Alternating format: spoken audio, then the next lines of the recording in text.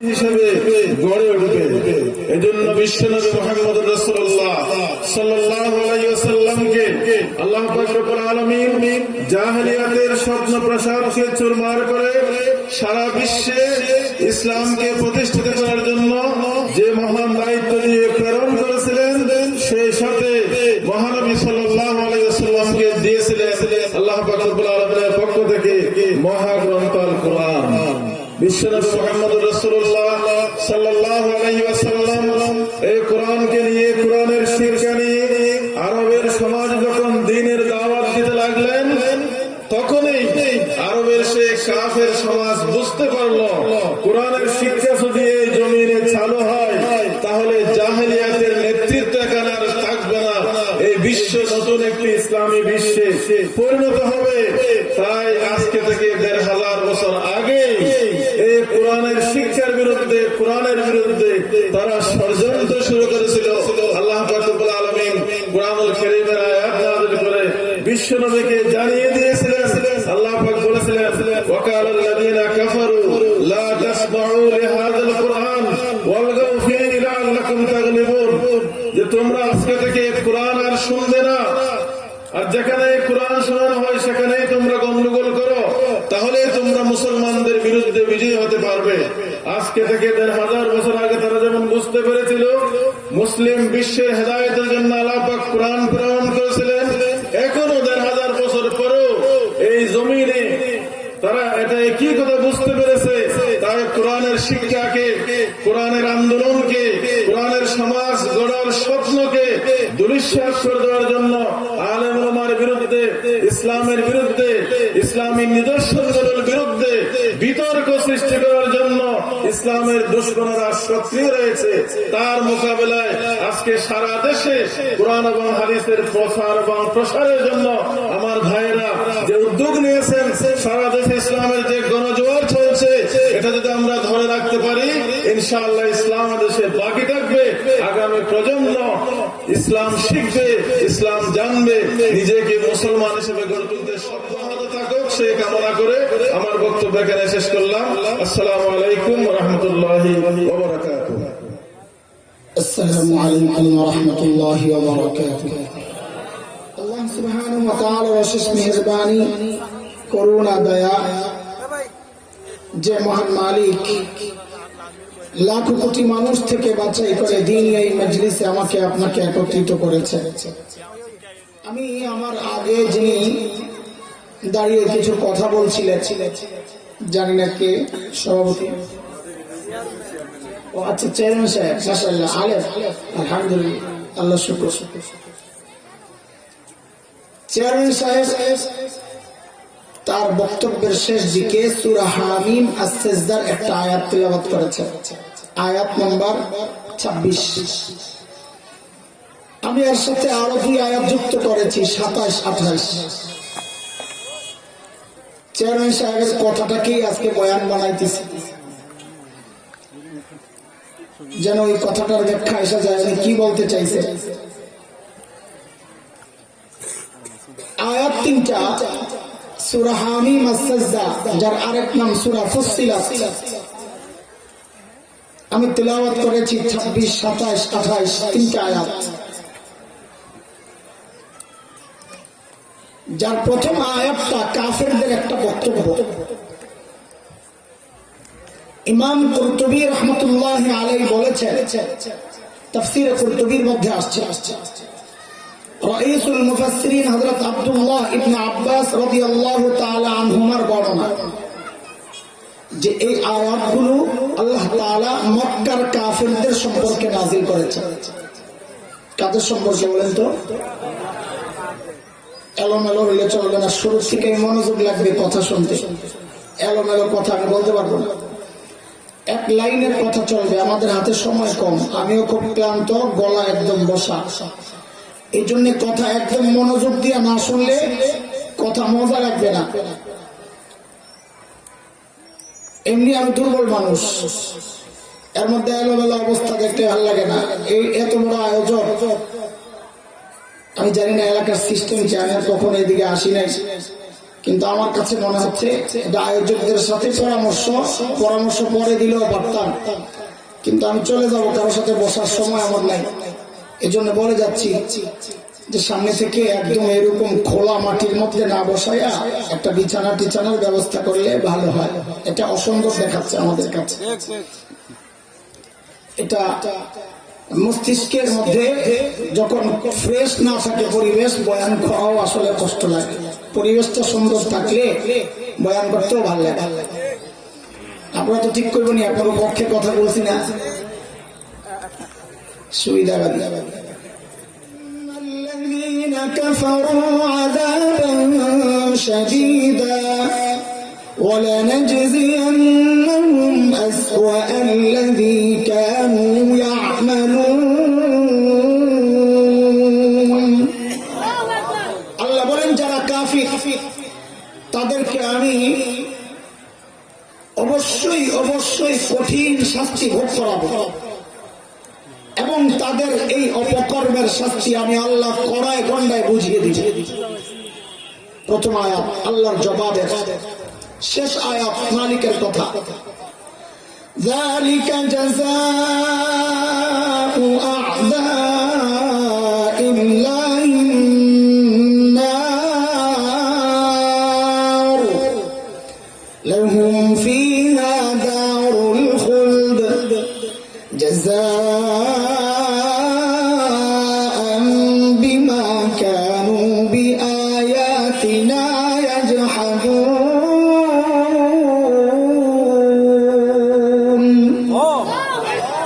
এই যে তাদেরকে কঠিন শাস্তি আমি ভোগ করাবো, আল্লাহ বলতেছে এটা আল্লাহর দুশমনদের শাস্তি, অর্থাৎ জাহান্নাম।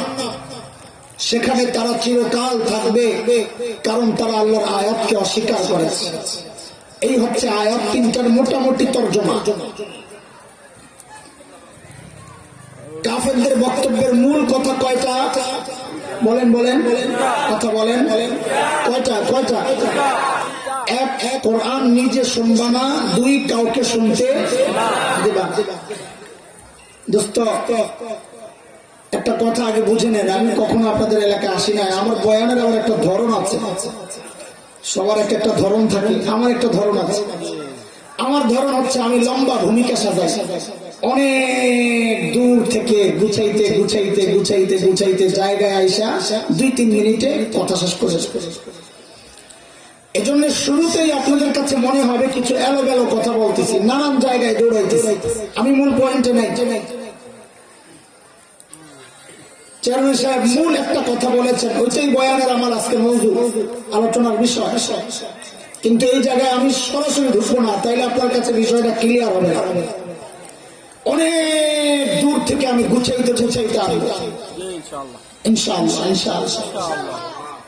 এটা বোঝার জন্য একটা উদাহরণ শোনেন, বয়ানের ধরনটা আর ধাঁচটা বোঝার জন্য একটা উদাহরণ শোনেন, তাইলে মজা লাগবে, নাইলে বুঝবেন যে কি এলোমেলো কথা বলতেছে, বাট গলাও ভালো না, আমার কথাও মজা না, তো কেমনি বেডি কামেও ভালো না, দেখতেও সুন্দর না, তো এই বেডি লিয়া সংসার চলবো না।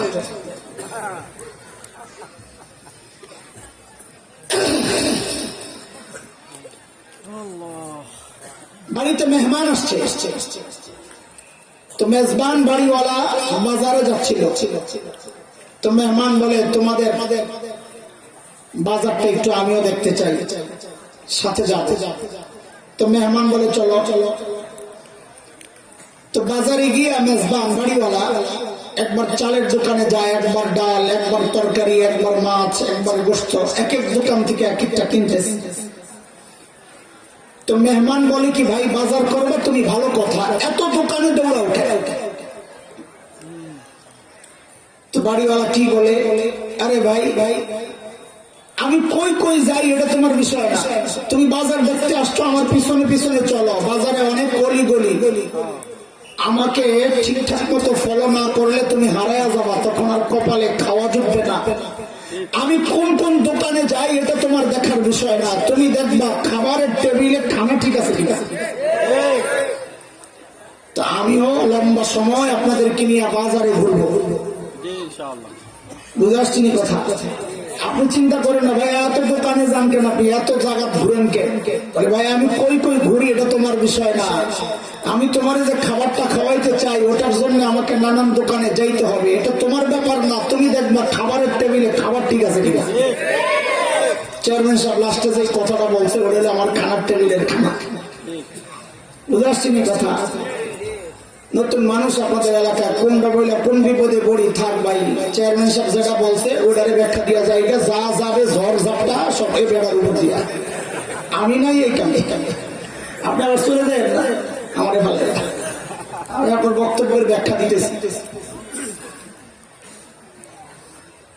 কাফেরদের বক্তব্যের মূল কথা দুইটা। কয়টা? এক নাম্বার ওয়ান, কোরআন নিজে শুনবা না। 2 নাম্বার, কাউকে শুনতে। মূলত এই বক্তব্যটা ইবলিসের। ইবলিস প্রত্যেক যুগে যুগের আবু জাহেলদেরকে দিয়া এই বক্তব্যটা দেওয়ায়। কেন?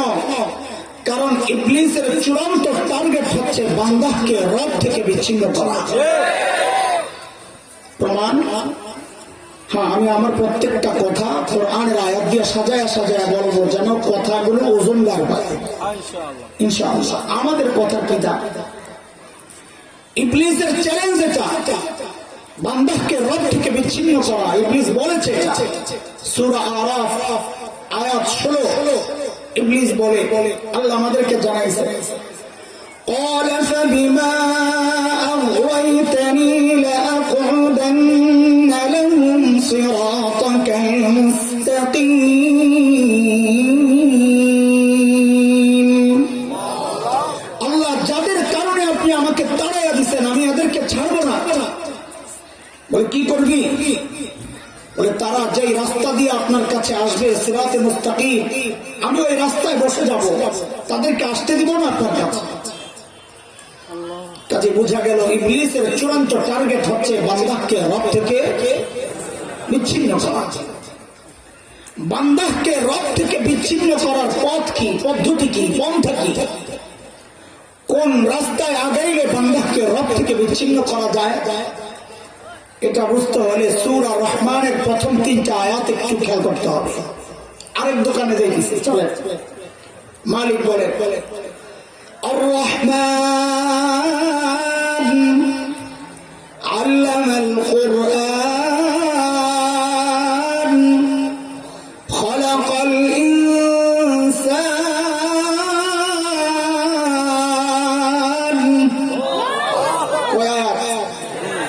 আয়াতগুলোর তর্জমা খেয়াল করেন আর সিরিয়াল খেয়াল করেন, খুব মনোযোগ। ভাই বয়ান শুনবো তো পুরো 100 মনোযোগ লাগবে। এদিক সেদিক গেলে হারায় যাবা, বাজারের কোন গলিতে তুমি যাবা গা টের পাইবা না। 1 নম্বর আয়াত রহমান আল্লাহ। 2 নম্বর আল্লামাল কুরআন, যিনি কোরআন শিখালেন। 3 নম্বর খালাকাল ইনসান, যিনি মানুষ সৃষ্টি করলেন। আয়াতগুলোর সিরিয়ালগুলো দেখেন তো আবার। 1 নম্বর রহমান আল্লাহ, 2 যিনি কোরআন শিখালেন, 3 যিনি মানুষ সৃষ্টি করলেন। ঠিক আছে কথা? এইবার আয়াতগুলোর সিরিয়ালগুলো একটু দেখেন তো ঠিক আছে কিনা। আমি আপনি দুনিয়ায় আগে আসছি না আগে কোরআন শিখছি? কথা বলেন। মারপেট থেকে কোরআন শিক্ষা আসছেন কেউ? তো থাকলে আসেন, এখানে বসেন, বয়ান বাদ আপনার চেহারা দেখি বয়ান সব আসেন নাকি মারপেটের থেকে কোরআন শিখনেওয়ালা? তার মানে আমরা দুনিয়ায় আগে আসছি, এরপরে কোরআন। কিন্তু আল্লাহর কালামের সিরিয়াল তো আগে কোরআন আল্লাহ শিখাইছেন, তারপর মানুষ সৃষ্টি করছেন। 3 নম্বরে মানুষ সৃষ্টির কথা, 2 নম্বরে কোরআনের শিক্ষার কথা। তাহলে আমাদের বুঝ মতো সিরিয়াল আপিস হয়েছে কিনা? আর বেজালটা লাগলে না ছোটা আগে বলেন, বুঝছেন নি আপনারা? আল্লাহ তাআলা বলতেছেন যিনি কোরআন শিখালেন 2 নম্বর, 3 নম্বর যিনি মানুষ সৃষ্টি করলেন। তাহলে বোঝা গেল আগে কোরআন শিখাইছে আর পরে মানুষ সৃষ্টি করছে, অথচ ব্যাপারটা এমন না। তাইলে আল্লাহ মানুষ সৃষ্টির ব্যাপার 3 নম্বরে কেন নিলেন? কোরআন শিক্ষার ব্যাপার 2 নম্বরে কেন আনলেন? এটা বুঝার বিষয়। এর অনেক ব্যাখ্যা মুফাসসিররা দিয়েছেন। একটা ব্যাখ্যা দুইটা ব্যাখ্যা দিব ইনশাআল্লাহ, একটা একটু বোঝানোর জন্য, আরেকটা আমাদের আলোচনাকে সামনে এগিয়ে নেওয়ার জন্য। একটা ব্যাখ্যা হচ্ছে আল্লাহ আমাদেরকে দেখায়া দিচ্ছেন, এরে বান্দা আমি তোমাকে আগে সৃষ্টি করছি, কথা ঠিক আছে, কিন্তু তুমি নিজেকে মানুষ পরিচয় দেওয়ার আগে যদি তুমি কোরআনী শিক্ষায় শিক্ষিত না হও, তাইলে তুমি দেখতে মানুষ, আসলে মানুষ না। তোমার পরিচয় মানুষ তখনই যখন তুমি কোরআনী শিক্ষায় শিক্ষিত হবা, তাইলে তুমি মানুষ, নাইলে দেখতে মানুষ, আসলে।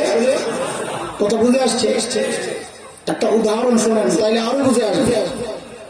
সব ক্লিয়ার করে বুঝেন, অস্পষ্ট রাখেন না কিছু।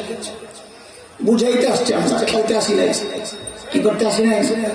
আর বলেন না, বুঝেন না কিছু কথাবার্তা, আকার ইঙ্গিতে অনেক কথা বলবো, বুঝাবে। আমরা এখানে কি করতে আসছি? কি করতে আসছি? খেলতে। তুমি খামাখায় আমার কথা না বুঝে বলো না খেলা হবে, আরে গাদা, এটা খেলার জিনিস না, এটা বুঝার জিনিস। ঠিক কি কথা? বুঝার জিনিস দিয়া খেলা যায় না, খেলার জিনিস আলাদা, বুঝার জিনিস আলাদা। একটা বেটি ছিল অসভ্য, তাসলিমা নাসরিন, মনে আছে? এই বেটির এক বক্তব্য দিয়া কোরআনের এই আয়াতের সিরিয়াল বুঝে আল্লাহ কেন আপিস করলে। তাসলিমা তার এক বইয়ের মধ্যে লিখেছে, এই পেট আমার পেটের মধ্যে আমি যেখান থেকে খুশি সেখান থেকে বাচ্চা নিব। আপনারা তো নাউজুবিল্লাহ কর, আমি তো বেটি ঠিকই বুঝি। কেন? কারণ বেটি বুঝাইয়া দিছে আল্লাহর কথাই ঠিক। আমি যেহেতু কোরআনী শিক্ষায় শিক্ষিত না, এই জন্য আমি দেখতে মানুষ, আসলে মানুষ না। কেন? যেখান থেকে সেখান থেকে পেটের মধ্যে বাচ্চা নেওয়া, এটা তো মানুষের চরিত্র না, এটা তো কুত্তার চরিত্র। তাসলিমা বুঝাইয়া দিছে, যাহা কথা ঠিক আছে, আমি আসলে মানুষ না, আমি আর কুত্তি, কোনো পার্থক্য নাই। আল্লাহ বলেন, ওই জন্য আমি কোরআন শিক্ষার ব্যাপার আগে আনছি, মানুষ শিক্ষার ব্যাপার পরে নিছি। কথা ঠিক আছে? এক ব্যাখ্যা দিলাম, আরেকটা ব্যাখ্যা বুঝেন, এটা আমাদের আলোচনাকে সামনে এগিয়ে নেওয়ার জন্য ওই ব্যাখ্যা। আয়াতগুলোকে উপর থেকে নিচের দিকে সাজান, উপরে আর রহমান, মাঝখানে আল্লামাল কোরআন,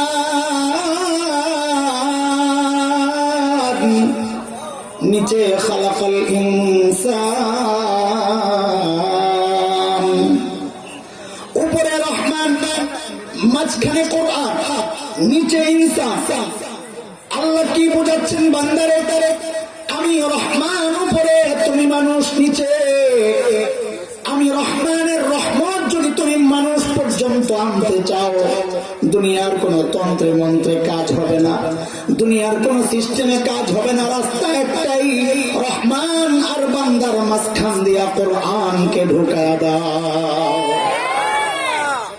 আল্লাহর বান্দার মাঝখানে কোরআন থাকবে তো আল্লাহর রহমত বান্দা পর্যন্ত আসবে। কোরআন সরে যাবে, আল্লাহর রহমত বান্দা পর্যন্ত আসা বন্ধ হয়ে যাবে। এই খবর শয়তানের আছে কি নাই?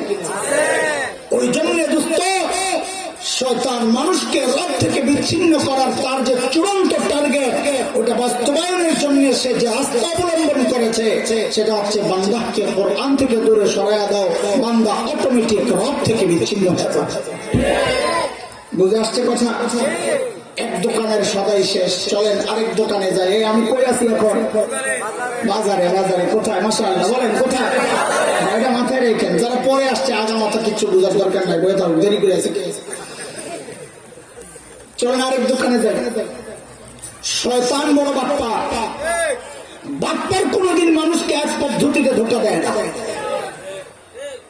এক পদ্ধতিতে ধোকা দিলে তো ধরা পড়ে যাবে। ছোট্ট একটা গল্প শোনাই। এক চোর গেছে এক বুড়ার বাড়িতে চুরি করার। বুড়ারা আবার রাগ করেন না যে আমাদের বাড়িতে কেন পাঠাইলে। কারণ হচ্ছে এখন চোরেরা রাতে যারা চুরি করে, এরা জুয়ানদের বাড়িতে যায় না। কি জন্য যায় না? যখনই যায় জানালার দরজার ফাঁক দিয়ে যখন ভিতরে দেখে আল্লাহর বান্দা কেউ না কেউ আসমানের দিকে মোনাজাত ধরে শুয়ে রয়েছে। সুবহানাল্লাহ পড়তেছে। আসমানের দিকে মোনাজাত দিয়ে শুয়ে কি করে? আরে ফেসবুক চালা। কথা কয় না। আর কথা ঠিক নেই না? তেমন সোনারা খোঁজে কোন বাড়িতে বুড়া আছে, চুরি করতে সুবিধা। এক চোরা গেছে এক বুড়ার বাড়িতে চুরি করার জন্য, ঘরের ভিতরে ঢুইকে গাঁটি গুটি গোল করতেছে, কিন্তু চোরে জানে না বুড়াও যে ফেসবুক চালাচ্ছে। তবে বুড়ার ফেসবুক তুমি যেটা মনে করছো ওটা না। জুয়ানদের ফেসবুক আলাদা, বুড়ার ফেসবুক আলাদা। বুড়ার ফেসবুক হলো পাঞ্চাবানি, কি পাঞ্চাবানি, এটা হলো বুড়ার ফেসবুক। কম্বল মুড়ি দিয়া ঘুম তো আসে না, শুয়ে শুয়ে পাঞ্চাবানি, এটা বুড়া ফেসবুক।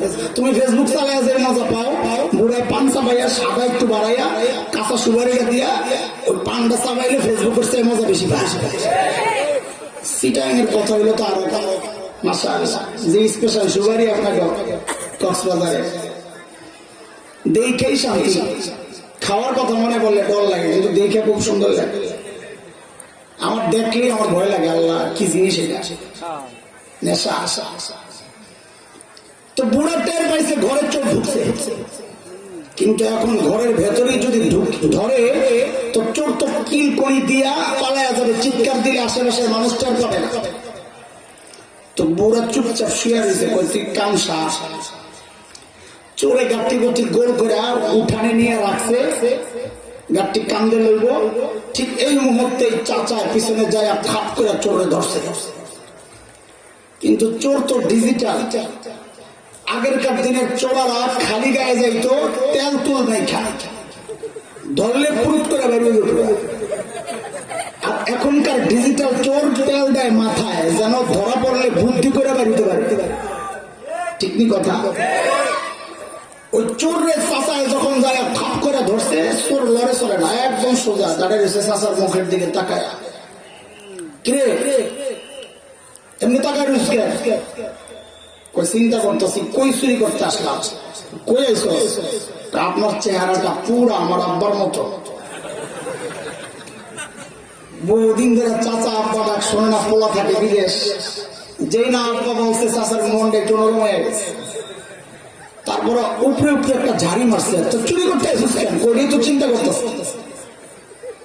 আমার হলো থানায় চলেন। কে বলে চোরে? আমার থানায় যে ঝাড়ি ঝাড়ি। চাচা কয় চল চল।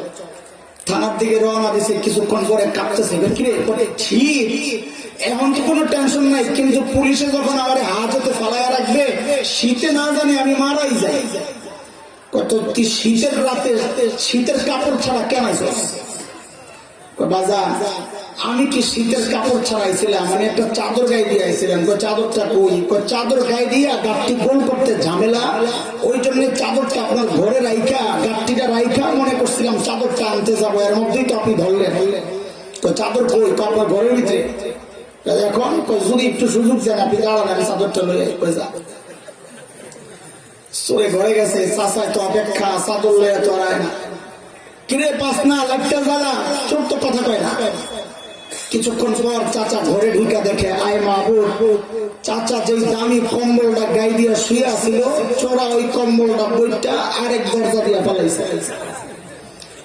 চাচা মনে মনে চিন্তা করতেছে, বদমাইশ তুই তো আবার আসবি, গাঁটটি তো রয়ে গেছে। ঠিকই কয়দিন পর চোরা ওই বাড়িতে আবার ঢুকছে চাচার ঘরে। চাচাও রেডি, আজকেও সজাগ। যেই না গাঁটটি গুট্টি গোল করে নেওয়া বাহিরে উঠানে রাখছে, এর মধ্যে চাচা যায় আজকে ধরছে আরো শক্ত করে। আজকে কই যাবে? চোরা এইবার কি করছে, চাচার হাত ধরে টানে। কিরে কই টানোস? থানায় চলেন। চুরি করলি তুই, আমি কেন থানায় যাবো? না আমারই থানার দিতে চলে। আবার বাটপারি শুরু করছিস? না না, আল্লাহর কসম। ওই দিন আপনি দয়া করে ছেড়ে দিছে, ঘরে যায় আপনার ওই দামি কম্বলটা দেখে আমি আর লোভ সামলাইতে পারি নাই। বাজার আমার মতো নিমো খারাপ অসভ্যরে থানায় দেয়। চল চল। কিছুক্ষণ হাইটা হাইটা বলে, কিরে বলে পায়ের মধ্যে কাঁটা ঢুকছে। তো কাঁটা ঢুকছে, তুই জুতা ছাড়াই সুস্থ। বাজার আমি কি জুতা ছাড়া আসছিলাম? জুতা পইরাই আসছে, কিন্তু জুতা পায়ে দিয়া ঘরে গাঁটটি গুছাইতে গেলে আওয়াজ হয়, এই জন্য জুতাটা খুলে লইছিলাম। তোর জুতা কই? আপনার ঘরে। আরে বাপ্পা, তুই আবার জুতা আনতে যায় পালাবি? আমি আর যাবো না, জায়গার থেকে লড়বো না। আমি এখানে দাঁড়াইছি, তাইলে তো আপনার যদি একটু মায়া লাগে জুতাটা আপনি লয়ে আয়েন, আমি খাইছি। আচ্ছা তুই দাঁড়া, চাচা সরে তারপরে গেছে জুতা না। জুতা কি এর জুতা, জুতা কোন জুতা মুতা পায় না, কিরে পাই না তো খুঁজা দেন, কিছুক্ষণ খুঁজা মুজা চাচা আইসে জুতা ছাড়া, আয়া দেখে হায় আল্লাহ সরাও নাই, গাঠিও নাই। দোস্ত আপনাদেরকে হাসানোর জন্য গল্প বলতেছি না, বোঝানোর জন্য। এই একটা ছিচকে চোর, সে পর্যন্ত চুরি করার ক্ষেত্রে এক পদ্ধতি গ্রহণ করে নাই, একবার নিজে গেছে, একবার চাচাকে মারতেছে। বুঝে আসছেন কথা? তাইলে সমস্ত বাটপাড়ের গডফাদার ইবলিস আমাকে আপনাকে ধোঁকা দেওয়ার ক্ষেত্রে একই পদ্ধতি গ্রহণ করবে, এটা আপনি কি করে চিন্তা করেন? আর ইবলিসের এটা চ্যালেঞ্জ, আল্লাহ আমি আপনার বান্দাকে এক পদ্ধতিতে ধোঁকা দেব না। সূরা আরাফ আয়াত 17 ইবলিসের কথা আল্লাহ জানায়া দিয়েছে, ثم لآتينهم من بين أيديهم ومن خلفهم وعن أيمانهم وعن شمائلهم ولا تجد أكثرهم شاكرين।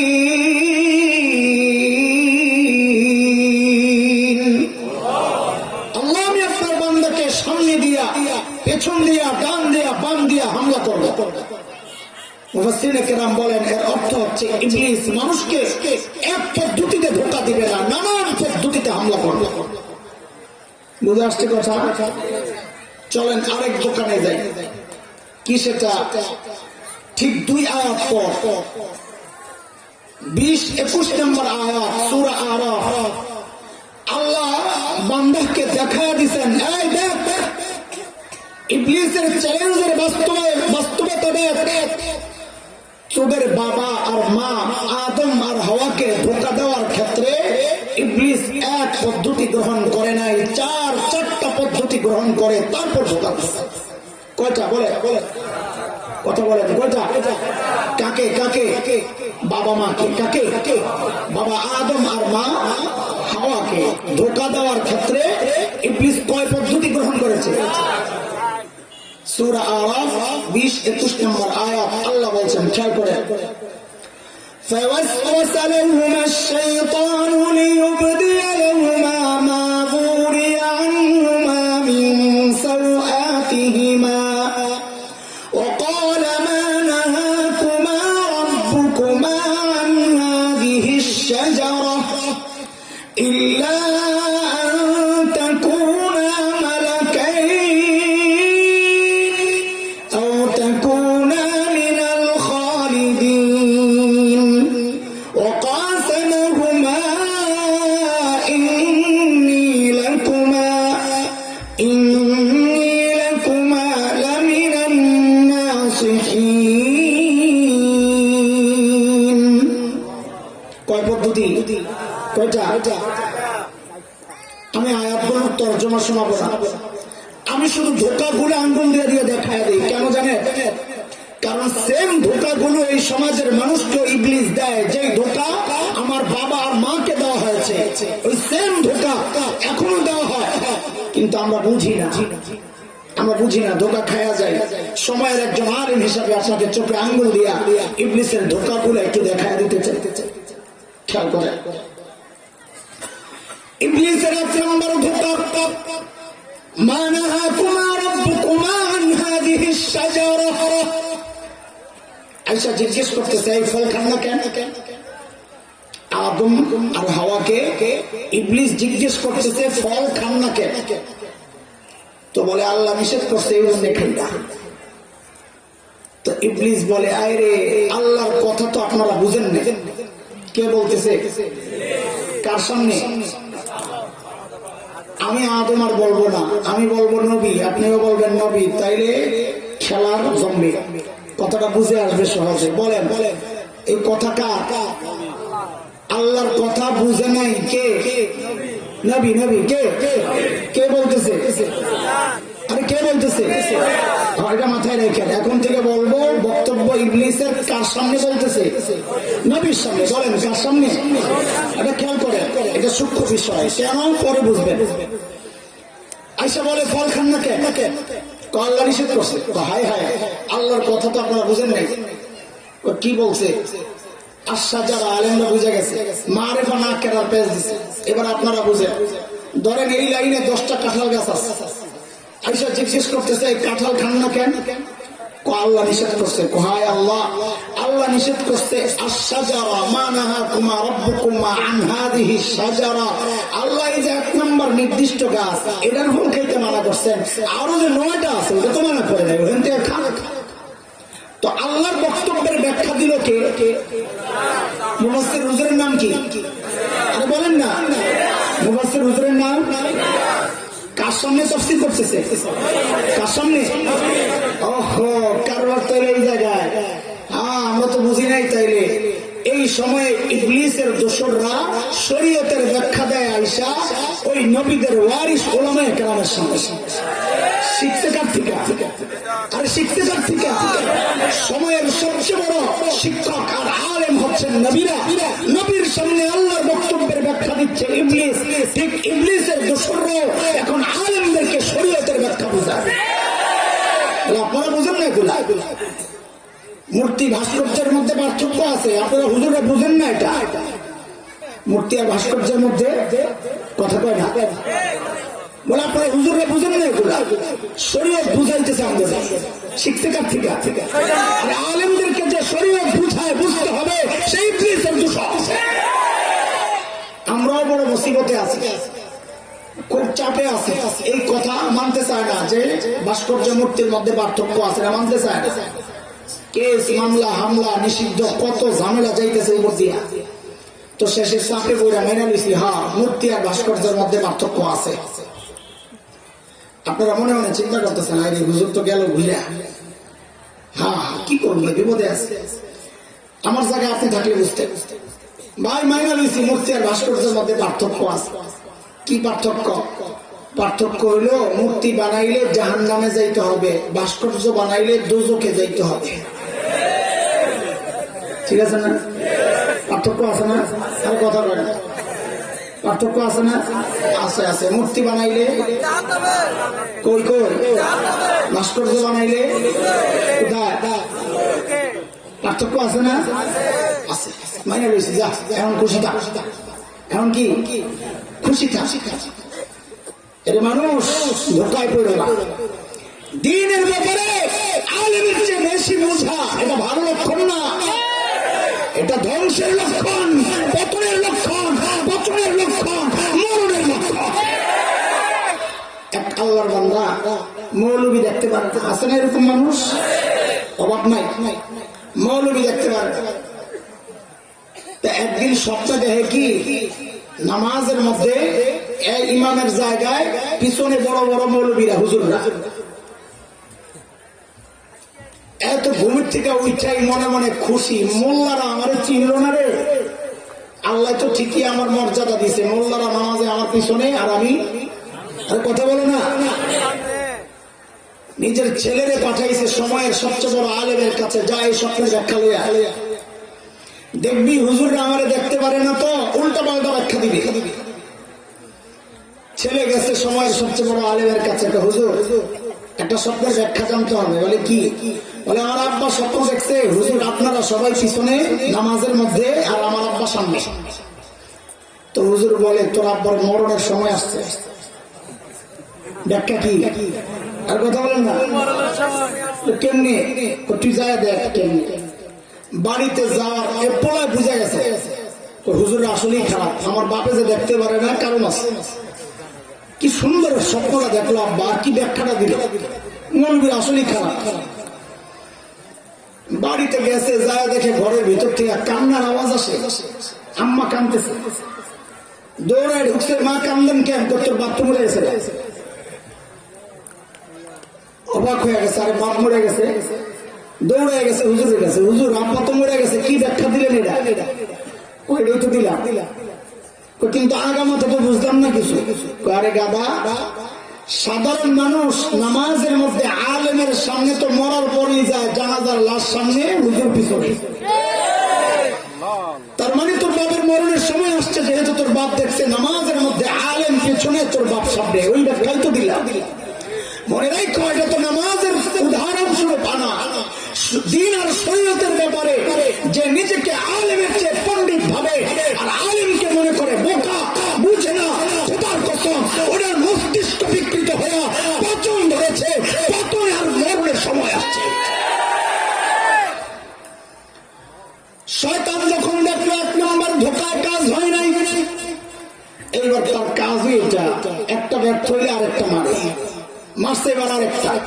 কি ইল্লা আন তাকুনা মালাকাইন,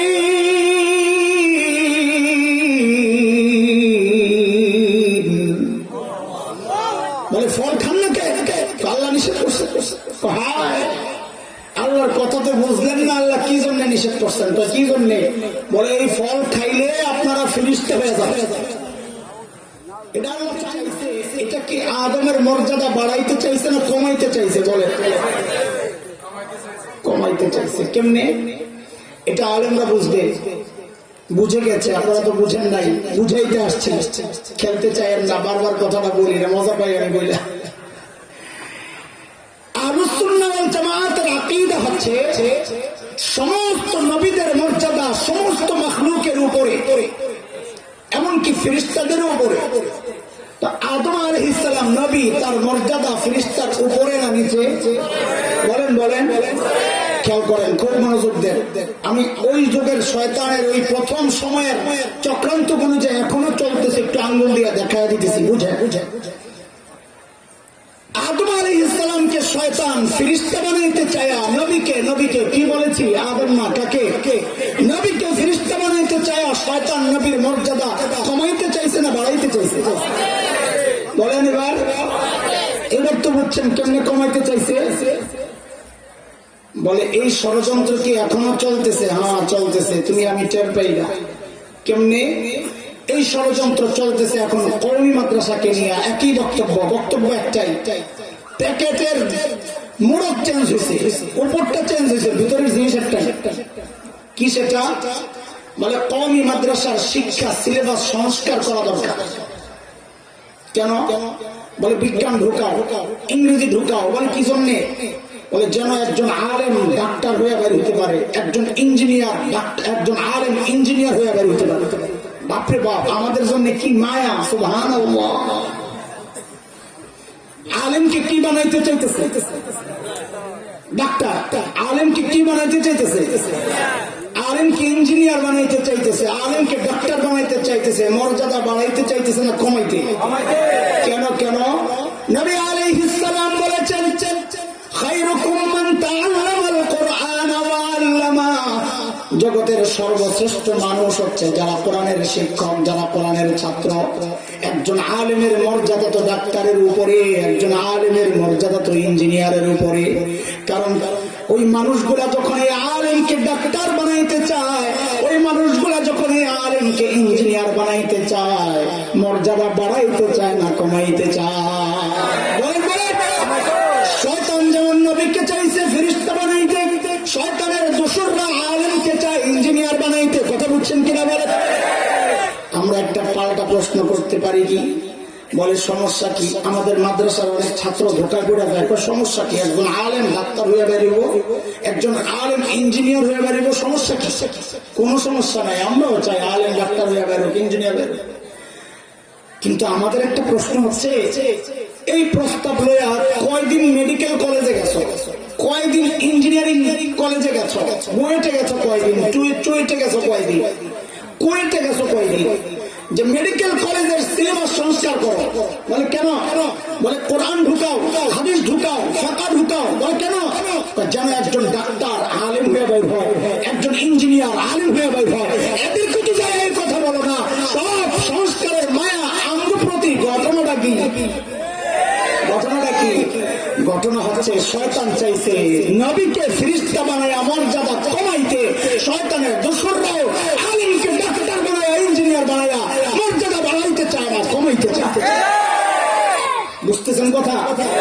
শয়তান যখন দেখলো 2 নম্বর ধোকায় কাজ হয় নাই, এইবার বলল 3 নম্বর, আও তাকুনা মিনাল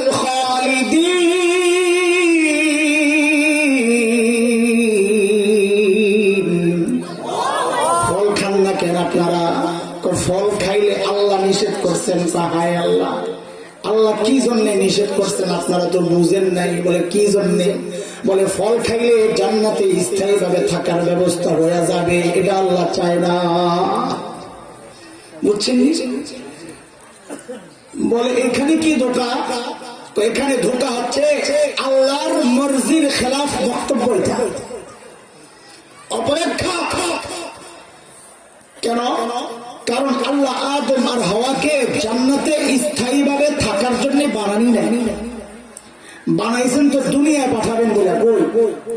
وَإِذْ قَالَ رَبُّكَ لِلْمَلَائِكَةِ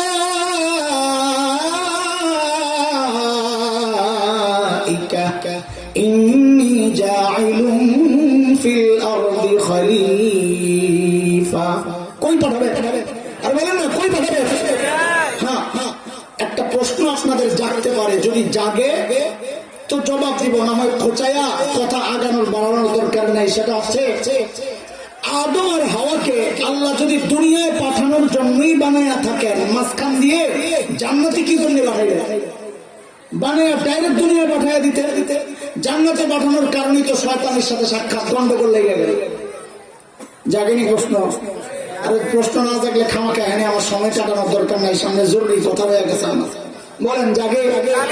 কেন আল্লাহ তাআলা ডাইরেক্ট দুনিয়ায় না পাঠাইয়া জান্নাত থেকে ঘুরায় আনলেন? শুনেন শুনেন, কারণটা একটু শুনেন। আল্লাহ আমাদের কাছে জান্নাত বিক্রির প্রস্তাব করছে। সূরা তাওবা আয়াত 111, ইন্নাল্লাহা ইশতারা মিনাল মুমিনিনা আনফুসাহুম ওয়া আমওয়ালাহুম বিআন্না লাহুমুল জান্নাহ। জান্নাত কিনতে রাজি নি আপনারা? আর কে কে রাজি? আল্লাহু আকবার, দেখি আল্লাহু আকবার। হাত নামান জলদি। এইবার চটপট বলে ফেলেন জান্নাত যে কেনার জন্য হাত তুললেন। জান্নাত আপনারা দেখছেন না? দেখে কেনার জন্য রেডি হয়ে গেছেন, তাই না? তো এবার আলেমের কাছে মাসআলা জিজ্ঞেস করে নেন, কোন জিনিস না দেখা কেনা জায়েজ আছে? পানির নিচে মাছ না দেখা কেনা জায়েজ আছে? আরে বলেন না। তো জান্নাত তো না দেখে কেনার জন্য রেডি হয়ে গেলেন। এই জন্যই তো নাস্তিক মুরতাদরা বলে আমরা নাকি অন্ধবিশ্বাসী, যা শুনি তাই বিশ্বাস করি। এরে ভাই, আমরা অন্ধবিশ্বাসী না বুঝে শুনে বিশ্বাসী? কেমনে বুঝে শুনে বিশ্বাসী? জান্নাত তো না দেখে কেনার জন্য রেডি হয়ে গেলাম। শুনবে না? আপনাদের এলাকার মেয়েদেরকে বিয়ে দিলে শ্বশুর বাড়ি দেখার জন্য কে যায়? মেয়ে না গার্জিয়ান? গার্জিয়ান যায় না। মায়া দুই রকমের আছে। একরকম মেয়ে মা বাবার বাধ্য সন্তান, তার সামনে বিয়ে শাদীর আলাপ হইলে সে লজ্জা আরেক ঘরে যাইয়া ওই ভাবিরে বাড়ায় দেয়। আব্বা আম্মার সাথে বলে না, আমার জানার দরকার নেই, দেখারও দরকার নেই, শোনারও দরকার নেই, আব্বা আম্মা দেখে যারে পছন্দ করে দিয়ে দিই। আরেক মেয়ে আছে ওই যে ঢাকার শাহবাগের স্লোগান কন্যা আসেনি, লাকি আক্তার একজনে কয়, এগুলো দেখলে বোঝা যায় না বেড়া না বেড়ি। এর কাছে যদি তোরে বিয়ে দিতে চাই, হ্যাঁ বলো কি? আমার আগে খোঁজ খবর লইতে গ্রুপ স্টাডি করতে হবে। কি করতে হবে? বলাবেন কোনো খোঁজ খবর রাখে না, আবার দেখ। আমার আগে খোঁজ খবর লইতে হইব, দেখাই দিব। ঠিক আছে সব। আমি জিজ্ঞেস করি, আপনারা মা বাবার বাধ্য সন্তান না অবাধ্য সন্তান? বাধ্য সন্তান না? মাশাআল্লাহ। এইবার বুঝেন আল্লাহ তাআলা আদম আর হাওয়াকে ডাইরেক্ট দুনিয়ায় না পাঠাইয়া জান্নাত থেকে কেন ঘুরাইয়া আনছেন? যেন কিয়ামত পর্যন্ত নাস্তিক মুরতাদরা বলতে না পারে আমরা জান্নাত না দেখে কেনার জন্য রেডি হয়ে গেছি। আরে না না, আমরা মা বাবার বাধ্য সন্তান। আমাদের বাবা আদম জান্নাত দেখছেন, আমাদের মা হাওয়া জান্নাত দেখছেন, আমাদের দেখার দরকার। শয়তান যখন দেখলো 3 নম্বরটা বিফল, এইবার মারছে 4 নম্বরটা। কি? কয়টা কয়টা কোনটা? 4 নম্বরটা মানে এখন পুরাপুরি হুজুর হয়ে গেছে, আল্লাহওয়ালা। শয়তান কি হয়ে গেছে?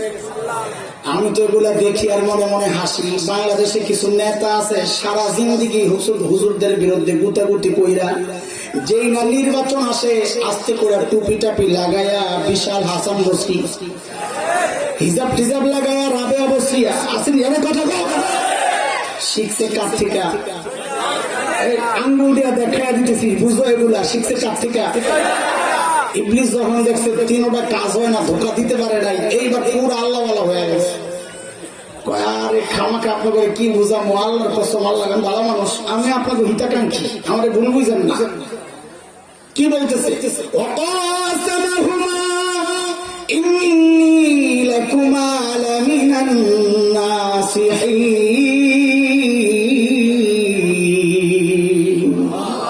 আল্লাহর কসম খায়া বলি, আমারে ভুল বুঝেন না, আমি আপনাদের হিতাকাঙ্ক্ষী। মাশা আল্লাহ। শয়তান যার বন্ধু হয়, হিতাকাঙ্ক্ষী হয়, তার শত্রু লাগে না। শত্রুর দরকার নেই তো। আমেরিকা যার বন্ধু হয়, তার শত্রু লাগে না। কথা বলো না। ভারত যার বন্ধু হয়, তার শত্রু লাগে না। এটা বললে অনেকের কলিজা আগুন ধরে। হ্যাঁ, হুজুররা খালি ভারতের বিরুদ্ধে বলে, ভারত আমাদেরকে কত কিছু দেয়, মাশাআল্লাহ দেয়, আমরা অস্বীকার করি না। কখন দেয়? যখন বাংলাদেশে পেজ পাওয়া যায় না, তখন বর্ডার বন্ধ করে দেয়, যে এখন পেজ না খায়া থাকো। আর যখন দেখে বাংলাদেশের কৃষকের ফসল ঘরে আসছে, এখন বেচার টাইম, ঠিক ওই মুহূর্তে বর্ডার ছেড়ে দেয়। আমার দোস্ত বন্ধুরা, আঙ্গুলি একটু হচ্ছে। কথা বুঝেন না? ভারত আমাদের ওই রকম বন্ধু। মাঝে মধ্যে বন্ধুত্বের চূড়ান্ত প্রকাশ ঘটাইতে চায়। কেমনি? তোমাদের তো রাষ্ট্র চালাইতে অনেক কষ্ট হয়, আমরা আসতেছি দখল করে একবারে চালামো, সবাই মিলে দিল্লা খাবো। ভারত আমাদের বন্ধু, বুঝাইতেছি। আরে কথা কই না? এগুলো বলতে গেলে অনেকে সহ্য করতে পারে না, কারণ নুন খায় যেহেতু গুণ তো গাওয়া লাগবে। দালালে ভরে গেছে দেশ, খোদার কসম পালাতে পারবে না শেষ ম্যাচ ইনশাআল্লাহ।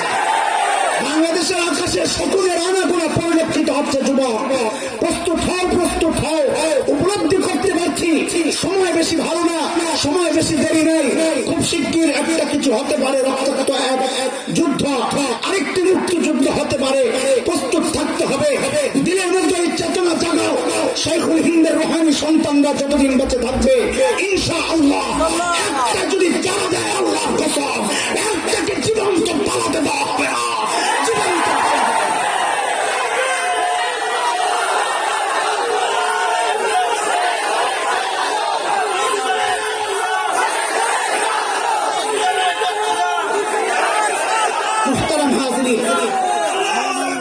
মোহতারাম হাজিরিন, আমার হাতে সময় কম। আমি এতক্ষণ আপনাদেরকে নিয়ে বাজারে ঘুরছি। কোথায় মনে আছে না আমার কথা? কিন্তু বাজারে যে ঘুরছি, আউলে দৌড়ে ঘুরে নাই। একবার সিমেন্টের দোকানে গেছি, আর একবার চালের দোকানে আইছি। না, খাওয়ানোর দোকানে ঘুরতেছি, মানে এক আইটেমের মধ্যে ঘুরতেছি। বুঝে আসছে না? এতক্ষণ ঘুরে আপনাদের কি বুঝাইছি, আগে সার কথাটা বের করে পরিষ্কার থাকতে হবে যে কি বুঝাইতে চাইতেছি আমি। যারা চেয়ারম্যান সাহেবের বক্তব্য শোনেন নাই, তো তারা তো বুঝবেন না যে আমি কোত্থেকে কথাটা আনছি। শুনেন এইবার খেয়াল করে, এতক্ষণ কি বুঝাইলাম ওটা আগে বুঝেন, মাথায় ঢুকান যে শয়তান বড় বাটপার মানুষকে এক পদ্ধতিতে ধোকা দেয়। এই কথাটা কি বুঝাইতে পারছি এতক্ষণের কথায়? বুঝছেন আপনারা? শয়তান মানুষকে এক পদ্ধতিতে ধোকা দেয়। শুরুতে যে আয়াতে কারিমা তিলাওয়াত করেছে, সূরা হামিম আস-সাজদা 26 আয়াত, চেয়ারম্যান সাহেব যে আয়াতটা তিলাওয়াত করেছিলেন তার বক্তব্যে শয়তানের কথা, এটা কাফেরদেরকে দিয়ে বলাইছে শয়তান। আল্লাহ জানায়া দিছে, ওয়াকাল আল্লাযীনা কাফারু লা তাসমাউ লিহাযাল কুরআন ওয়ালগাউ ফীহি লাআল্লাকুম তাগলিবুন। বক্তব্য কয়টা ছিল? কয়টা? 1 নম্বর কোরআন শুনবা না, 2 নম্বর কাউকে শুনতে। এই বক্তব্যটা মূলত কার? কারণ ইবলিস চায় বান্দাকে রব থেকে বিচ্ছিন্ন করতে। রাস্তা কি বলে? বান্দাকে কোরআন থেকে দূরে সরাও, তো বান্দা রব থেকে বিচ্ছিন্ন হয়ে। এই পর্যন্ত কথা বুঝছেন আপনারা? তো বাজার করা শেষ, চলেন এবার খানার টেবিলে হাত মুখ ধুয়ে আসেন। কি বলতে চাই ওটা বুঝে আগে। নবী আদমকে ধোঁকা দেওয়ার ক্ষেত্রে শয়তান পদ্ধতি গ্রহণ করেছে কয়টা? এই 4টাকে নিয়ে আমি গবেষণা করেছি। আমার কাছে রেজাল্ট আসছে যে শয়তানের ধোঁকার মৌলিক পথ 3টা। কয়টা? এক পথ হচ্ছে শয়তান নেক সুরতে ধোঁকা দিবে, টুপি টাপি লাগায়া। নেক সুরতে, বড় বিশ্বাস, এত বড় পেট, আল্লাহু আকবার, আল্লাহ মতুল্লাহ। দেখছেন না পেট কত বড়, সুবহানাল্লাহ। আর দেওয়ানবাগির নাম কোন কেন? আমি কি দেওয়ানবাগির নাম বলছি? আপনারা শুনছেন? তো পিছন থেকে আসতে করে একজন কয় দেওয়ানবাগি, আমি তো দেওয়ানবাগির নাম বলি। পেট কত বড়। আমার এক দোস্ত কয় তোর এর বিরুদ্ধে তুই আর কইস না। আমি তো একসময় খুব বলতাম এগুলোর বিরুদ্ধে। আমাদের বহুত গন্ডগোল থেকে বেঁচে গেছে। কি গন্ডগোল? আমাদের মধ্যে কত গন্ডগোল। আমরা হানাফিরা বলি নামাজে হাত বাঁধবে নাভি বরাবর নিচে, আহলে হাদিস ভাইরা কয় বুকের উপরে, কয় এর কোনো গন্ডগোল নাই। কি জন্য? একটা হাতি যায় বুকে বাঁধবো না নাভির নিচে, কয় একটা হাতে পর্যন্ত যায়। আর বুঝেন নাই? এই পর্যন্ত যায় আর যায়। এত বড় পেট, সুবহানাল্লাহ। নেক্সট ঢোকা যেটা শয়তান দিয়েছে, অত আসামা ঘুমা কসম খাইয়া, এটা নেক্সট ঢোকা। ঢোকার আরেকটা লাইন হচ্ছে অপব্যাখ্যা। ওই যে বলেছে ফল খাইলে জান্নাতে স্থায়ীভাবে থাকতে পারবেন, এটা অপব্যাখ্যা। ওই যে বলেছে এই নির্দিষ্ট গাছের ফল খাইতে মানা করছে, এটা অপব্যাখ্যা। আরেকটা হচ্ছে অপপ্রচার। অপপ্রচার, এই তিনটা প্রক্রিয়ায় শয়তান ধোঁকা দেয়। ঠিক এখনো এই তিন প্রক্রিয়ায় শয়তানের দোসররা মানুষকে ধোঁকা দেয়। ওই যুগে শয়তান আবু জাহেলদের মাধ্যমে উম্মতকে কোরআন থেকে দূরে সরাইতে যেই পদ্ধতি গ্রহণ করেছিল, শয়তান বাপ্পা আপনি মনে করেন না এই যুগের আবু জাহেলদেরকে দিয়ে শয়তান একই পদ্ধতিতে মানুষকে কোরআন থেকে দূরে সরাবে। না না, শয়তান বাপ্পা এই যুগে আইসা শয়তান তার সিদ্ধান্ত আর তার প্রক্রিয়া পদ্ধতি পরিবর্তন করে ফেলছে। এটাই হচ্ছে আজকের আলোচনার বিষয়বস্তু, যে শয়তান এই যুগে কোন কোন পদ্ধতিতে মানুষকে কোরআন থেকে দূরে সরানোর চক্রান্ত চালাইতেছে। তবে ভাইবেন না যে ভূমিকা সাজাইছি 1 ঘন্টায়, আর খাওয়ার টেবিলে বুঝে আপনাদের আরেক ঘন্টা আমি বসায় রাখবো না। খাইতে বেশিক্ষণ লাগে না, বাজার করতে রান্না করতে যতক্ষণ লাগে, খাইতে কতক্ষণ লাগে? অল্প অল্প। আমি ঝটপট কয়েকটা উদাহরণ দিই শয়তানের এই যুগের ধোঁকাগুলা, কয়েকটা উদাহরণ দিয়ে আমি শেষ করে দিব। উদাহরণ নম্বর 1, এই ছাত্র জনতা, আলেম ওলামা, খুব ভালো করে বুঝো, তোমার এক ভাই আসছে তোমার চোখে আঙ্গুল দিয়ে দেখায়া দিতে। সচেতন হও, সতর্ক হও, জাগো। কয়দিন আর ঘুমে থাকবা অথবা ঘুমের ভান করে থাকবা? জাগো। হুমকি ধামকি আসবে, লাল চক্ষু দেখবা তুমি। কেউ তোমার হাত ভাঙতে চাইবে, কেউ ঘাড় মটকাতে চাইবে, কিন্তু তুমি তো ইমানদার। এই দেহ আর এই জীবন তো তোমার না। তুমি তো এই জীবনকে জান্নাতের বিনিময়ে মালিকের কাছে বিক্রি করে দিয়েছ। কথা বিক্রি না, যেহেতু দিয়েছ, এখন তোমার জীবন নষ্ট করার, তোমাকে হত্যা করার, কষ্ট দেওয়ার হুমকি যদি কেউ দেয়, তুমি তাকে পাল্টা জানায়া দাও, আরে শোনো, এই জীবন আমার কাছে তুচ্ছ, কারণ এই জীবনের বিনিময়ে আমি জান্নাত পাচ্ছি। আমার কাছে ওইটাই টার্গেট। কাজে শুনে রাখ কুলেঙ্গাররা, প্রত্যেকটা তাওহীদ প্রেমী, নবী প্রেমিক ইমানদারের একটাই কথা, সেটা হচ্ছে এই দেহ থেকে এই মাথা বিচ্ছিন্ন করা যাবে, এই সিনা থেকে কোরআন বিচ্ছিন্ন করতে পারবি না, ইমান বিচ্ছিন্ন করতে পারবি না। আওয়াজ উঠাইতে হবে, কথা বলা ঠিক আছে?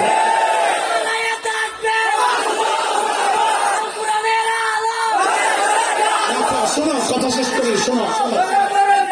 করি, শোনো। উদাহরণ নম্বর 1, সমাজের সচেতন মানুষ, ভুল বুঝবেন না, আমি কোন দলের বিরুদ্ধে বলি না, ব্যক্তির বিরুদ্ধে বলি না, আমি ইমানদার, দেশপ্রেমিক। দেশের বিরুদ্ধে চক্রান্ত হলে বলা আমার ইমানি দায়িত্ব। আমার দ্বীনের শরিয়ার বিরুদ্ধে চক্রান্ত হলে বলা, কথা বলা আমার ইমানি দায়িত্ব। কথা বলে। উদাহরণ নম্বর 1, অপপ্রচারের একটা নমুনা দেখাচ্ছি। কিসের বিরুদ্ধে? কোরআন থেকে উম্মাহকে দূরে সরানোর চক্রান্ত। এই যুগের কিছু নমুনা দেখাইতেছে। উদাহরণ নম্বর 1, আমার ভাই বলেছেন কথাগুলো। চাঁদপুর জেলা, কুমিল্লার পাশে কচুয়া একটা থানা। এই কয়েকদিন আগে একটা ঘটনা ঘটলো। এক উচ্ছৃঙ্খল মাদ্রাসার ছাত্র, শিক্ষকের কোন রকমের শাসন তাকে দমাতে পারে না, তার দুষ্টামি।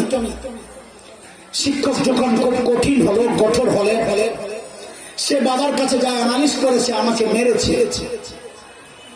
গার্ডিয়ান আসছে, ওটাও আরেক অসভ্য। আইসা শিক্ষককে চার্জ করেছে। বাক বিতণ্ডার এক পর্যায়ে গার্জিয়ান বাড়িতে গিয়া আরো লোকজন নিয়ে দুঃখের বিষয় হচ্ছে তাদের সাথে দুইটা হিন্দু ছেলেও ছিল।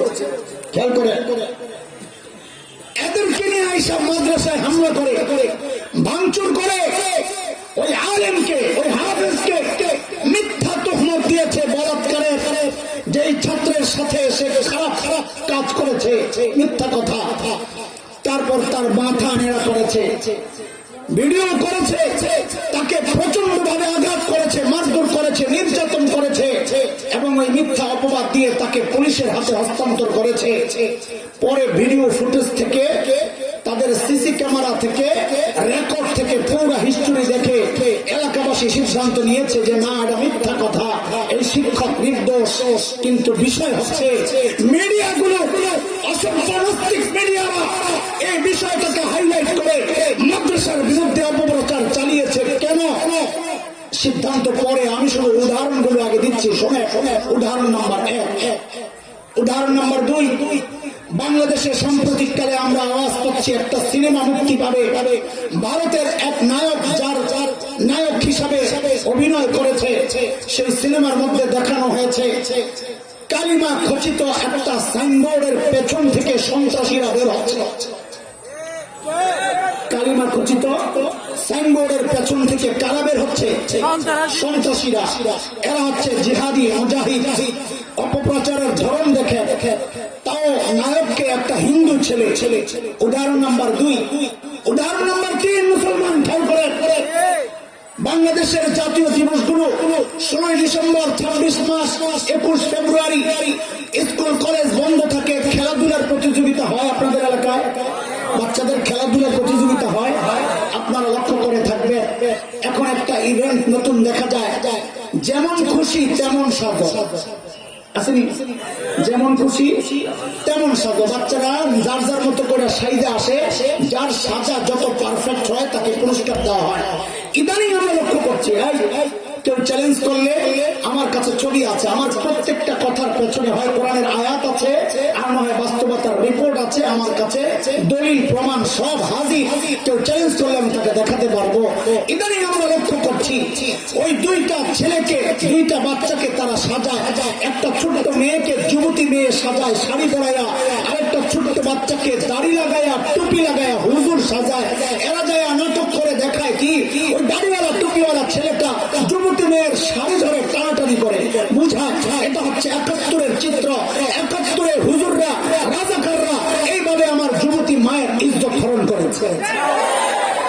উদাহরণ নাম্বার 4, খেয়াল করেন, ফিনিশিং এ যাচ্ছি, মাওলানা আসতেছে, বয়ান হবে বড় চমৎকার, আমি তো ভাঙ্গা গলার মানুষ। খেয়াল করে উদাহরণ নাম্বার 4, আরে মুসলমান চোখে আঙ্গুল দিয়ে অসংগতি গুলো একটু দেখায় দেয়। এই 3-4 দিন আগে বিবিসি থেকে কাদির করলো আমার এবং এই যে আমার ভাই আসতেছে আল্লামা হাবিবুল্লাহ মাহমুদ কাসিমি দামাত বারাকাতুহুল আলিয়া, আমাদের 2 জনের সাক্ষাৎকার নিয়েছে। তারা জিজ্ঞেস করেছে মাহফিল কেন বন্ধ হচ্ছে বিভিন্ন জায়গায়। আমরা বলি তা আমরা জানি না, বলে সেখানে রাজনীতির আলাপ হয়। তো আমি বলেছি রাজনীতি মানে আপনারা কি বুঝেন? আলেমের জিম্মাদারি সমাজের অসংগতি গুলো আঙ্গুল দিয়ে ধরিয়ে দেওয়া। জায়গা দেন, হযরতকে জায়গা দেন, চেয়ার দেন, চেয়ার ছিল যে একটা চেয়ার দেন। আচ্ছা এই পাশে যেহেতু মুরব্বী বসা, এই পাশে না, পিছনে চেয়ারটা দেখুক না, মানুষ শান্তি পাবে। এতক্ষণ একটা বড় মুসিবত ছিল আমার।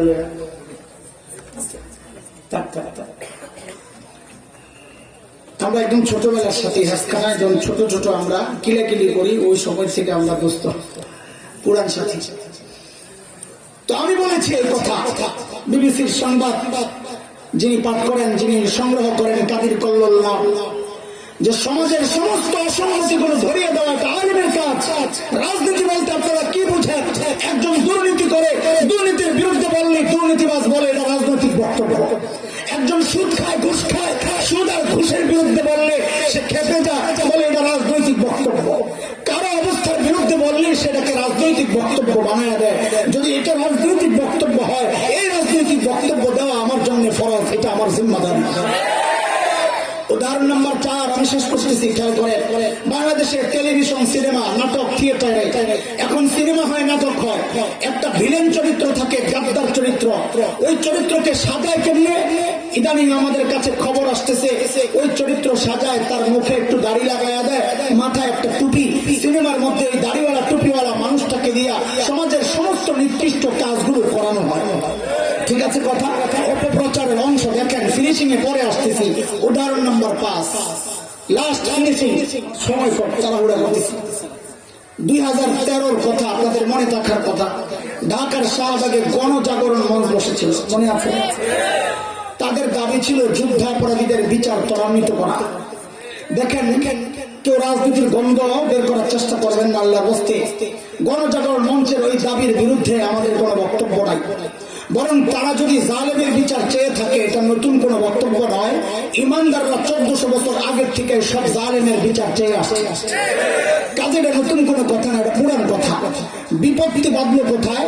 যখন গণজাগরণ মঞ্চের আড়ালে নাস্তিক কুলাঙ্গার ব্লগাররা আল্লাহর নবী মুহাম্মদ রাসূলুল্লাহ সাল্লাল্লাহু আলাইহি ওয়াসাল্লামের বিরুদ্ধে কুৎসিত সব বক্তব্য লেখালেখি করা শুরু করলো, তখন আওয়ামী লীগ নাই, বিএনপি নাই, জামাত নাই, জাতীয় পার্টি নাই, বাংলাদেশের সমস্ত তৌহিদি জনতা, নবী প্রেমিক জনতা, আমার শেখ ও মুর্শিদ আল্লামা আহমদ শফি নওয়ারাল্লাহু মারকাদাহুর নেতৃত্বে যখন রাজপথে নেমে আসলো, প্রতিবাদের ঝড় উঠলো, গণজাগরণ মঞ্চ আস্তে আস্তে নিস্তেজ হয়ে গেল। মনে আছে কথা?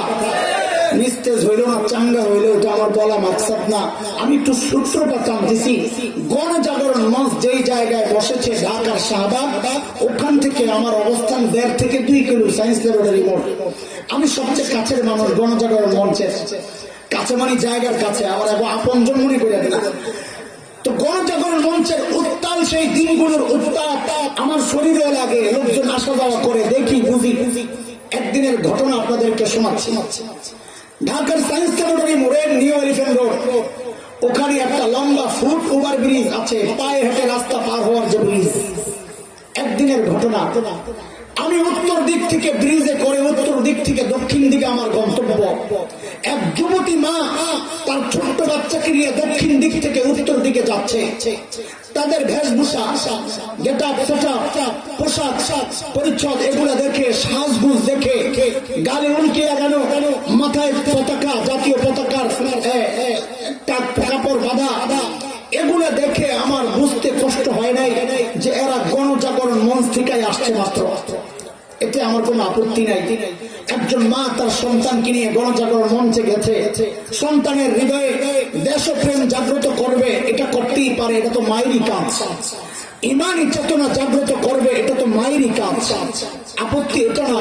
বিপত্তির জায়গাটা হচ্ছে ওই যুবতী মা তার ছোট্ট বাচ্চাকে নিয়ে যখন আমাকে ক্রস করছিল, তখন এই ছোট্ট বাচ্চাকে শিখাইয়া দিচ্ছে, আমাকে দেখাইয়া বলার জন্য, বলো বলো বলো, তুই রাজাকার, তুই রাজাকার, তুই রাজাকার। খেয়াল করেন বিষয়টা। এই ছোট্ট বাচ্চা গণজাগরণ মঞ্চে গিয়ে জেনেছে রাজাকার এক দুষ্ট চরিত্রের নাম, রাজাকার সন্ত্রাসী লুটেরাদের নাম, রাজাকার ধর্ষক আর ডাকাতের নাম। কিন্তু সে জানতো না রাজাকার দেখতে কেমন, হাট্টি মাটিম টিম, তারা মাঠে পারে ঋণ, তাদের খারাপ দুকুশিং। রাজাকার বলতে এমন কোন প্রাণী কিনা সে জানতো না। মা শিখাইয়া দিচ্ছে রাজাকার মানে হচ্ছে দাড়িওয়ালা আর হুজুর, টুপিওয়ালা হুজুর, এরাই হলো রাজাকার। এরে দোস্ত, আমাদের স্পষ্ট কথা, কথা ক্লিয়ার। উদাহরণ আমার 5টা দেওয়া, সব দেওয়া শেষ। ফিনিশিং এর কথা শুনেন। এইবার ভাই যে আয়াত পড়েছিলেন, আমি কেন পড়লাম, কেন এই কথাগুলো বললাম, খেয়াল করে শেষ এই কথাগুলো শুনে। 1971-এর মুক্তিযুদ্ধ তো দাড়ির বিরুদ্ধে হয় নাই, 71-এর মুক্তিযুদ্ধ তো টুপির বিরুদ্ধে হয় নাই, 71-এর মুক্তিযুদ্ধ ছিল জালেমের বিরুদ্ধে, মজলুমের প্রতিরোধ। কথা বলেন ঠিক? ইতিহাস আমরাও পড়েছি, তোমরা আরেকবার পাঠ করো। বহু মুক্তিযোদ্ধা অভিযানে বের হওয়ার সময় 2 রাকাত সালাতুল হাজত পড়ে বের হতো, এই ইতিহাস আমাদের জানা। আমরা গর্বের সাথে লক্ষ্য করেছি, কয়েক বছর আগে এক সংগঠন মুক্তিযোদ্ধাদেরকে সম্মাননা ক্রেস্ট দিয়েছিল। আমরা গর্বের সাথে লক্ষ্য করেছিলাম অধিকাংশ মুক্তিযোদ্ধার মুখে দাড়ি, মাথায় টুপি। ঢাকার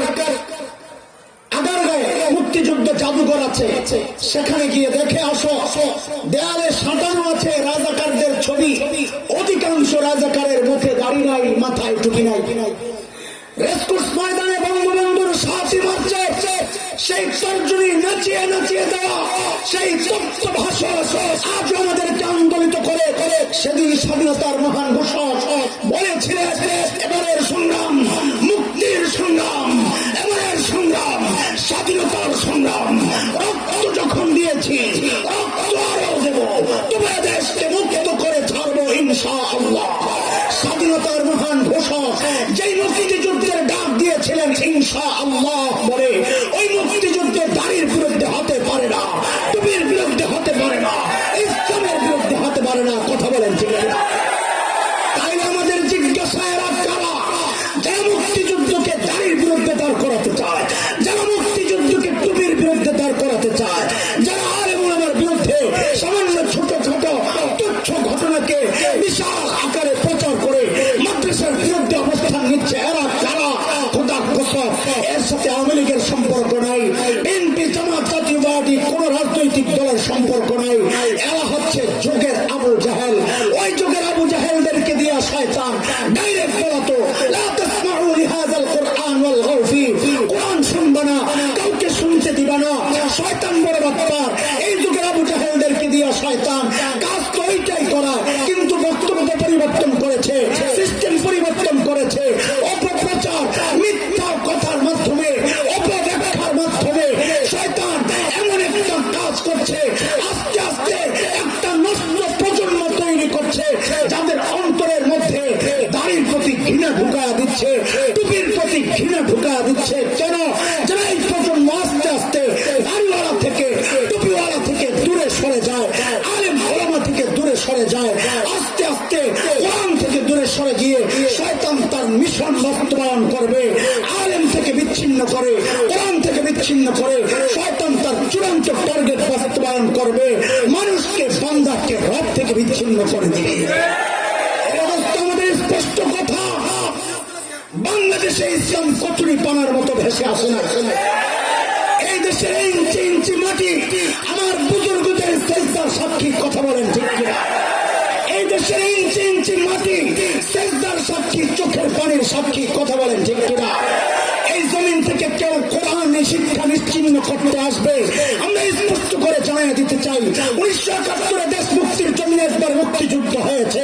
ইমান রক্ষায়, দিন রক্ষায় যদি আরেকটি যুদ্ধের প্রয়োজন হয়, আবারও যুদ্ধ হবে, আবারও যুদ্ধ হবে, আবারও যুদ্ধ হবে।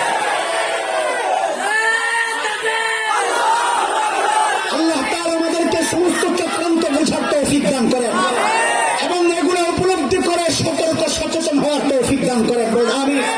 আমি আর কথা বাড়াবো না, আমার ভাইয়ের কাছে ফ্লোর দিয়ে চলে যাব।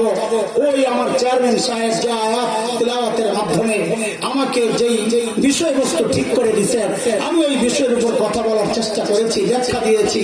কেউ ভুল বুঝবেন না, আমরা দেশপ্রেমিক, আমরা দেশ বিরোধী নই, আমরা আওয়ামী লীগের বিরোধী নই, আমরা বিএনপির বিরোধী পক্ষেও নই, আমরা কাউকে ক্ষমতা থেকে নামাতেও চাই না, আন্দোলন করি না, আমরা কাউকে ক্ষমতায় ওঠানোর আন্দোলন করি না। আমাদের যুদ্ধ যারা দেশ বিরোধী, মানচিত্র বিরোধী, আমাদের লড়াই যারা ইসলাম বিরোধী, শরীয়ত বিরোধী, কোরআন বিরোধী। কথা বলেন ঠিক কিনা?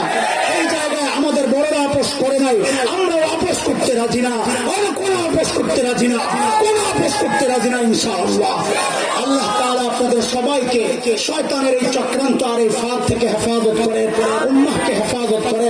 এই সম্মেলনকে আল্লাহ কবুল করে, গোটা এলাকায় দ্বীন প্রতিষ্ঠিতের জন্য, গোটা এলাকায় সুন্নাত জিন্দা হওয়ার জন্য আল্লাহ তাআলা এই মাহফিলকে কবুল করেন। আমিন আমিন। ওয়া আখিরু দাওয়ানা আলহামদুলিল্লাহি রাব্বিল আলামিন। আসসালামু আলাইকুম।